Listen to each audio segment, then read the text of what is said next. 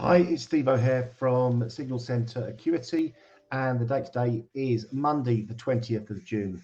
The market alert we're looking at this week is gold, and we're going to dive down into the technicals and also take a look at the news sentiment that we can see from our parent company, Acuity. So let's take a look, first of all, at the technicals.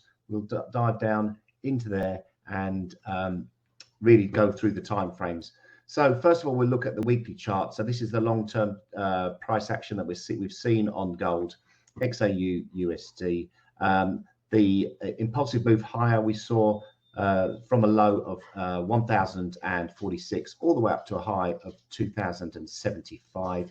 From there, we saw a pullback, a nice correction back down to the 1680 level, and then we saw another retest of the all-time high. We've price action has collapsed from there, posted a shooting star, and price action over that period of time, so we're talking about 12, 15 weeks, price action has moved lower and continues to be slightly bearish on the short term to medium term time frame. Now, last week's price action candle posted a bearish outside candle, which is pretty negative. We've not really seen any real movement this week, although we did post a 6-week high last week. We got up to 1879, which took out previous week's high of 1876 and the week before high of 1874. But at the end of the week, we basically closed at the lowest point we've seen in the last 5 weeks. So that's finishing the week on a negative projection. Now, on the daily chart, this gives us a little bit more idea what's going on in the shorter term. We are in a bearish channel, so we can see this channel formed with 1, 2, 3, 4, 5 touch points on the top side, 3 on the downside. So a nice channel we've got going on here, and we can see the rejection from Friday's movements, and price action has been capped.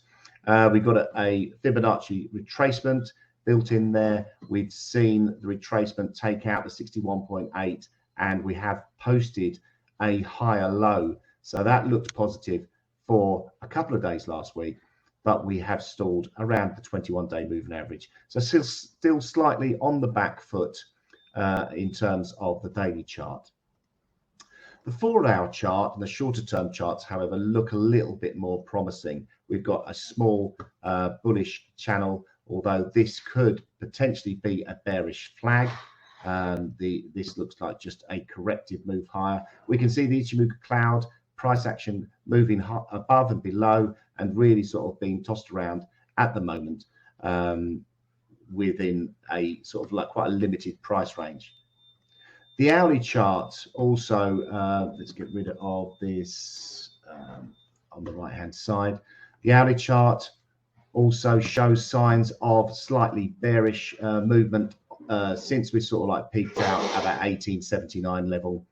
Sorry, 1859 was the high here. The 1879 was previous to that here. So we posted also a lower high. This channel continues lower, and in the last hour tried another attempt to get above the resistance, but failed. So posting a bit of a shooting star type candle on there. So slightly negative.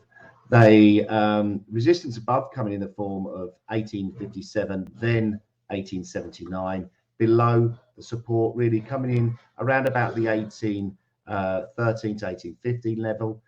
Below that 1805, and really the sort of swing low that we saw on the 16th of May all the way down at 1787. Looking at the new sentiment analysis over the past month, we've seen really high percentages on the downside. We can see that we've seen 60 to 90% confidence in the sell-offs, in the new sentiment turning lower. We can see on the chart down here, the blue line is the sentiment, the white line is the price action. The most recent, today we posted a 60% confident in gold moving higher in the next 4 days, which obviously isn't as high as the negative readings we're seeing, but definitely something to be aware of. It seems like strength is being sold into on the shorter term timeframes. New sentiment picking up slightly, but the dollar strength seems to be dominating gold at the moment to the downside.